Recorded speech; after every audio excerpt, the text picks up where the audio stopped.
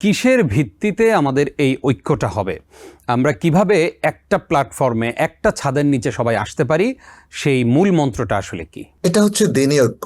আমরা তো কত দেশের মানুষ, তাই না? জি। কেউ আরব, কেউ অনারব, কেউ আফ্রিকান, কেউ ভারতীয়, কেউ মধ্যপ্রাচ্যের, এমনকি মুসলিম তো আজকে সারা পৃথিবীর সব দেশেই আছে। কেউ আমেরিকান, কেউ ব্রিটিশ, কেউ ইউরোপিয়ান, কেউ ব্রাজিলিয়ান, কেউ দক্ষিণ আমেরিকায় বসবাসরত, কেউ রাশিয়ান, তাই না? এইভাবে কেউ অস্ট্রেলিয়ান, কেউ অ্যান্টার্কটিকা প্রদেশেও থাকে।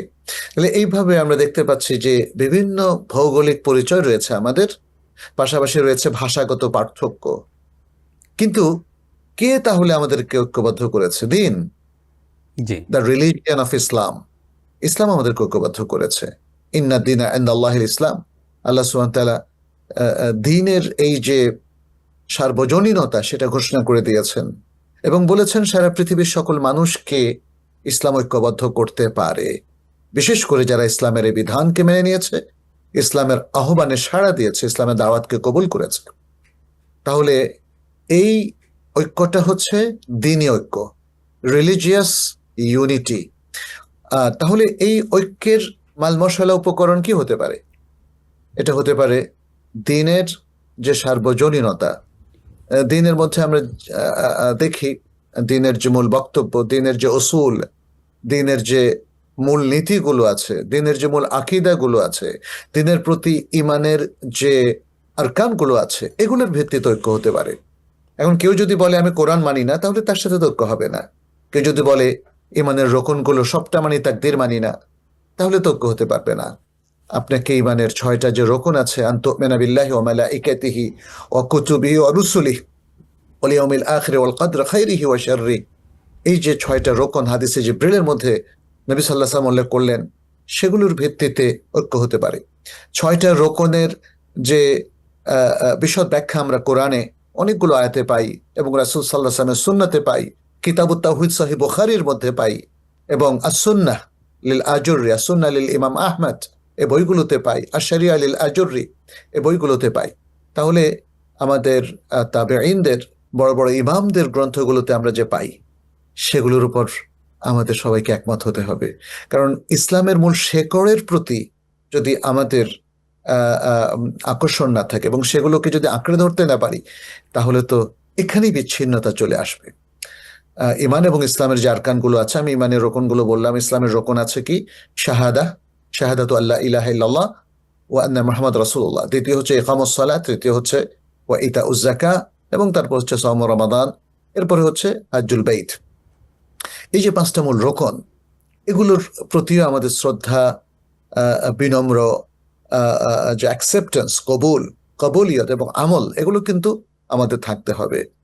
এবং এগুলোর কোনো একটাকে যদি আমি গ্রহণ করতে না পারি, যেমন আমি সালাত পড়লাম না, সালাতের আহ্বানে সাড়া দিলাম না, আমি মসজিদ ভিত্তিক ইসলামের যে মৌলিক ইবাদতগুলো আছে সেগুলোকে অ্যাকসেপ্ট করলাম না, তাহলে তো ঐক্য হবে না, তাই না? জি।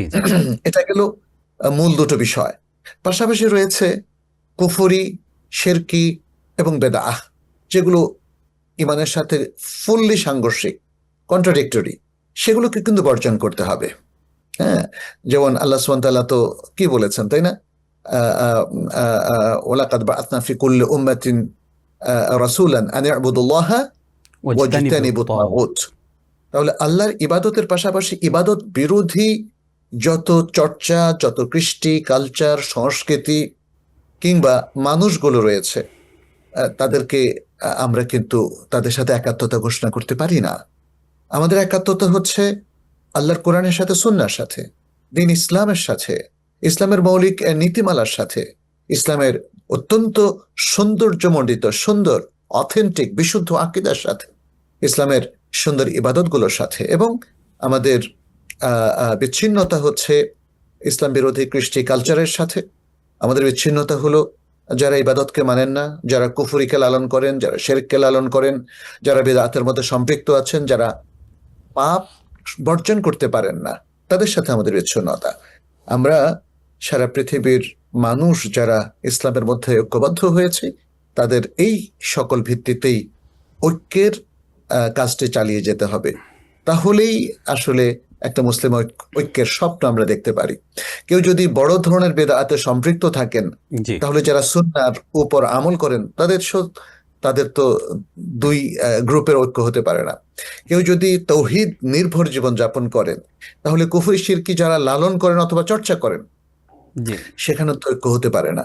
ঐক্য হওয়ার জন্য মানসিক ঐক্য প্রয়োজন, ঐক্য হওয়ার জন্য মেথোডোলজি এবং মানহাজের ঐক্য হওয়া প্রয়োজন, ঐক্য হওয়ার জন্য ইমানি এবং আকীদার ঐক্য হওয়া প্রয়োজন, ঐক্য হওয়ার জন্য ইবাদতগুলোকে অ্যাকসেপ্ট করে সেগুলোকে বাস্তবায়ন করা প্রয়োজন। Ad-Din Television, a complete way of life.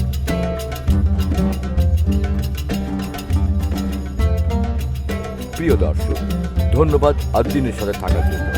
এমন আরো সুন্দর সুন্দর ইসলামিক কন্টেন্ট ও সবশেষ আপডেট পেতে সাবস্ক্রাইব করুন আমাদের ইউটিউব চ্যানেল ad-Din এবং পাশের বেল আইকনটি চাপুন।